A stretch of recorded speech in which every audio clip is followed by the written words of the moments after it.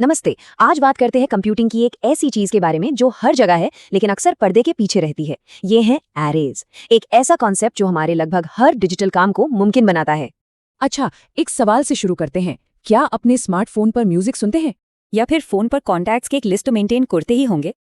अगर इनमें से किसी का भी जवाब हाँ है तो यकीन मानिए आपने एक एरे का इस्तेमाल कर लिया है और शायद आपको पता भी नहीं चला।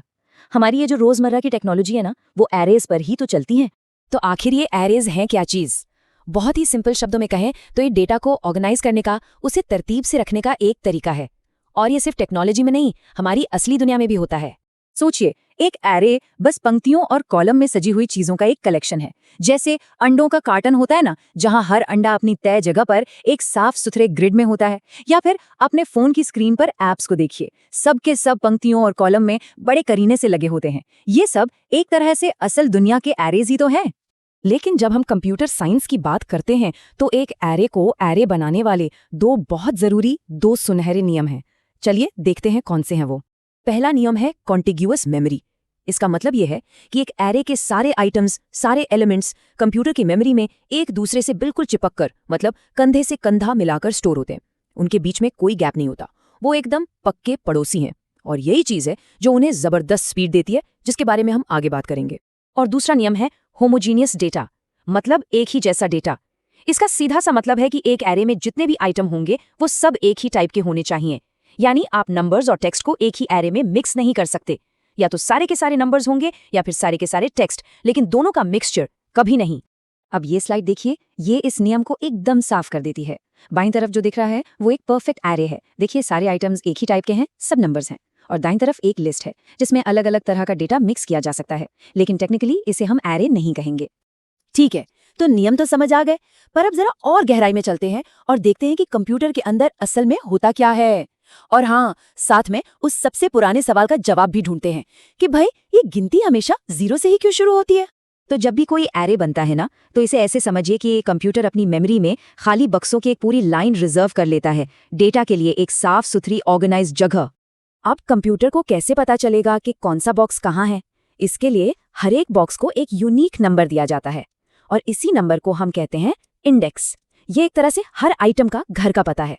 तो यहाँ पर यह समझना बहुत जरूरी है कि इंडेक्स असल में एक ऑफसेट है, मतलब ये उन कदमों की संख्या है जो एरे की बिल्कुल शुरुआत से लेने पड़ते हैं। ये सिर्फ एक गिनती नहीं है, ये एक दूरी है, एक फासला है। और बस यहीं पर वो बड़ा सवाल खड़ा हो जाता है, अरे भाई, हम इंसानों की तरह एक से गिनती शुरू करते तो कितना आसान होता है ना, तो फिर ये कंप्यूटर जीरो से ही क्यों शुरू करते हैं? तो जवाब है एफिशिएंसी। कंप्यूटर को किसी भी एलिमेंट का एड्रेस ढूंढने के लिए एक बहुत ही सिंपल सा फॉर्मूला इस्तेमाल करना होता है। देखिए, कंप्यूटर को एरे का बेस एड्रेस पता होता है, यानी पहले एलिमेंट का मेमोरी लोकेशन।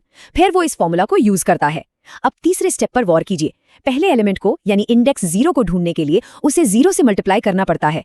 मतलब कोई एक्स्ट्रा कैलकुलेशन नहीं, वो तो पहले से ही वहीं पर है। अगर गिनती 1 से शुरू होती तो कंप्यूटर को हर बार एड्रेस निकालने के लिए एक एक्स्ट्रा घटाने का काम करना पड़ता, जो पूरे प्रोसेस को थोड़ा धीमा कर देता। तो ये कोई अजीब सी परंपरा नहीं है, समझे। 0 से गिनती शुरू करना एक बहुत ही सोचा समझा डिजाइन डिसीजन है। इसका एक ही मकसद है, मेमोरी एक्सेस को कंप्यूटर के लिए जितना हो सके उतना तेज और सीधा साधा बनाना। लेकिन इस जबरदस्त स्पीड की एक कीमत भी चुकानी पड़ती है। और सच तो ये है कि एरे की जो सबसे बड़ी ताकत है ना, वही उसकी सबसे बड़ी कमजोरी भी बन जाती है। कंप्यूटर साइंस की दुनिया में इस तरह की फौरन एक्सेस करने वाली स्पीड को कांस्टेंट टाइम या O1 कहते हैं। ये बस परफॉर्मेंस को नापने का एक तरीका है, और O1 का सीधा सा मतलब है बेतहाशा तेज। यही तो है एरे की असली सुपर पावर। इसी को रैंडम एक्सेस कहते हैं।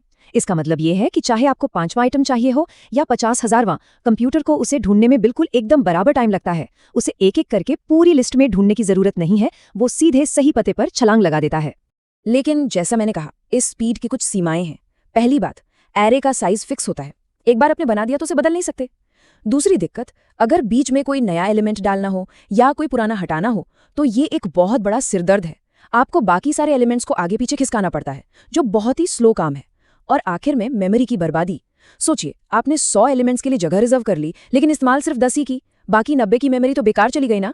और इस पूरी बात को स्नेहाशीष कोंगर का ये कोट बहुत शानदार ढंग से समझाता है। इंडेक्स 0 का मतलब 0वां एलिमेंट नहीं है, इसका मतलब है शुरुआत से कोई ऑफसेट नहीं। मतलब ये एक स्टार्टिंग पॉइंट है, कोई गिनती नहीं। तो अब सवाल ये उठता है, एक तरफ है बिजली जैसी तेज एक्सेस और दूसरी तरफ है एक सख्त न बदलने वाला स्ट्रक्चर। इन दोनों के बीच एक एरे किसी काम के लिए एकदम सही टूल कब होता है और कब एक प्रोग्रामर को कुछ ज्यादा लचीला कुछ और चुनना चाहिए? बस इसी सवाल का जवाब जानना सही काम के लिए सही टूल चुनने की कला है।